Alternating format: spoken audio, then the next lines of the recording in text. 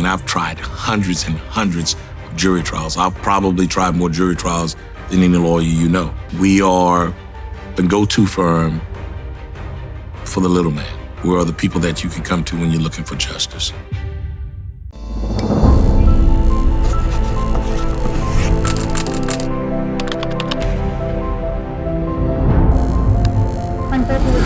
Continues its coverage of a problematic and deadly stretch of roadway in Central. It's between the 19 and 23,000 blocks of Greenwell Springs. That's between Hooper and Wax Roads. Residents who live in the area and have lived there for years, some even decades, say that they have witnessed some very serious and deadly crashes on a regular. They're now asking the state to come in. Here's Unfiltered with Kieran's Mason Miller reporting. When you take out your driveway, if you don't floorboard it, somebody's going to come up right behind you and start shooting, start hollering and screaming at you, because this road is for them. We're not allowed to come in and out of our property. Louis Claverie has lived off Greenwell Springs for roughly 30 years. He says what started as a small, rural road has now grown into a serious point of anxiety for neighbors. Issues with speeding drivers, lack of a shoulder, and an eroding surface are only compounding the issues. You run it off over here there, bud. You can either have to take the ditch, or you're going to try to get out of there. And what's going to happen, you're going to be at the mercy of somebody coming the opposite way. And that's what happened to that young man that died. That's what happened to a lady with a Suburban. Somebody come across the yellow line. She bailed out. She was fortunate that there was no cars coming the opposite way.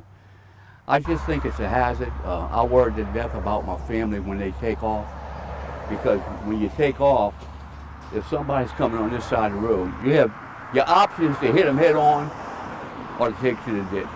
And serious crashes require a serious response. Josh Bordelon has lived off the dangerous stretch for only 3 years. He is not a trained EMT, but has responded to as many as a dozen crashes happening within feet of his own home, often smashing out windows and pulling people from wreckage, at times potentially saving lives. He says the sound of crashes have only become more common. It's become more of a natural sound than, a surprising sound here lately.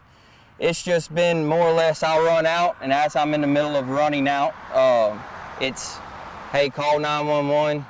I'm going out there, try to figure out the situation, see how I can help in any kind of way. In June, Borderline was hosting a baby shower for his wife when him and fellow partygoers heard an all-too-familiar sound after an Amazon delivery van was clipped by an out-of-control trailer, resulting in the van catching on fire. We had heard a big old boom, and me and a few other buddies and a bunch of us run out, one being a first responder also.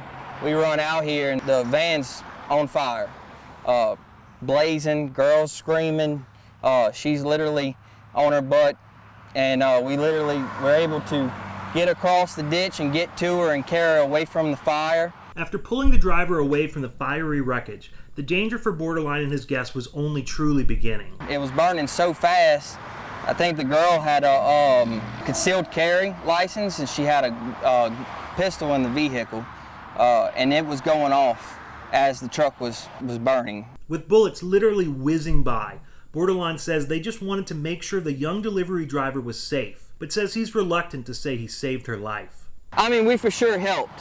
There was no doubt about that. I mean, the little girl was burned up. She couldn't have moved. We definitely got her out the ditch, and we helped her as much as we can. Other accidents Borderline has assisted with haven't always ended with the driver escaping with their lives, especially in the case of Juan Guerrera, a dedicated EMT and fire rescue employee at Angola's Department of Corrections, who crashed in front of Borderline's house in early September. Immediately I heard the familiar sound, and they run off the road. It's a two-sound system. You hear them run off the road, and then you hear the impact. And as soon as I heard it, I shook my head to my wife. As soon as I heard the first sound, I said, somebody done ran off the road again, and it was immediately boom. So then I told her, I said, call 911. So I grabbed my shoes real quick, and I ran out here as fast as I could. And I ran over there, and nobody was at the vehicle. It still had smoke inside, and I was able to bust out the window and unlock the doors and get to the fella and try to do what I could do at the time. Bordelon says he did all he could for Guerrera following the deadly accident. Responding to the amount of accidents that Bordelon has, Especially as a concerned neighbor and not as a trained EMT, he says it has had a lasting impact. Every day I pulled out this driveway since then, I don't look at the marks in the road and think about that day or all the other days of all the other wrecks and the guy pulled out of the ditch with his car upside down in the middle of the night. And my wife and my kids and them pulling out along with family members, just like, you know, it's an everyday thing. It's not a person that comes in my house as far as company goes, that when they leave, I tell them, hey, be careful when you pull out on that road, you know. If you're not smashing on the gas when you pull out of here, 9 times out of 10, somebody's right behind you or possibly could hit you. Bordelon says the number of crashes this past summer alone is almost as many as he's seen in the previous 3 years living on the property. Just in June, from June of this year, I can tell you there's been about 5 wrecks right here that if I wasn't pulling somebody out, busting glass, or somebody, you know, hurt, nobody hardly ever leaves a wreck here without an ambulance, air med, or any kind of injury. They always have injuries. While Bordelon is helping drivers in perilous situations, it doesn't alleviate the anxiety his wife feels, especially as the father of a newborn baby. But Bordelon says he's just doing what feels natural. She knows the type of person I am. I'm going to do whatever I can do to save somebody's life. That's just the way I am. As far as her sake, and yes, I have a 7-week-old and I have a 10-year-old boy, but I will put my life on the line for anybody's life. But yes, it does worry her to death. Unfiltered reached out to DOTD to find out about potential maintenance on the road. They said they're aware of issues in the area and said a project to add rumble strips and reflectors to portions of Greenwell Springs Road is set to go to bid in 2 years. Reporting with Unfiltered with Kieran in Central, I'm Mason Miller.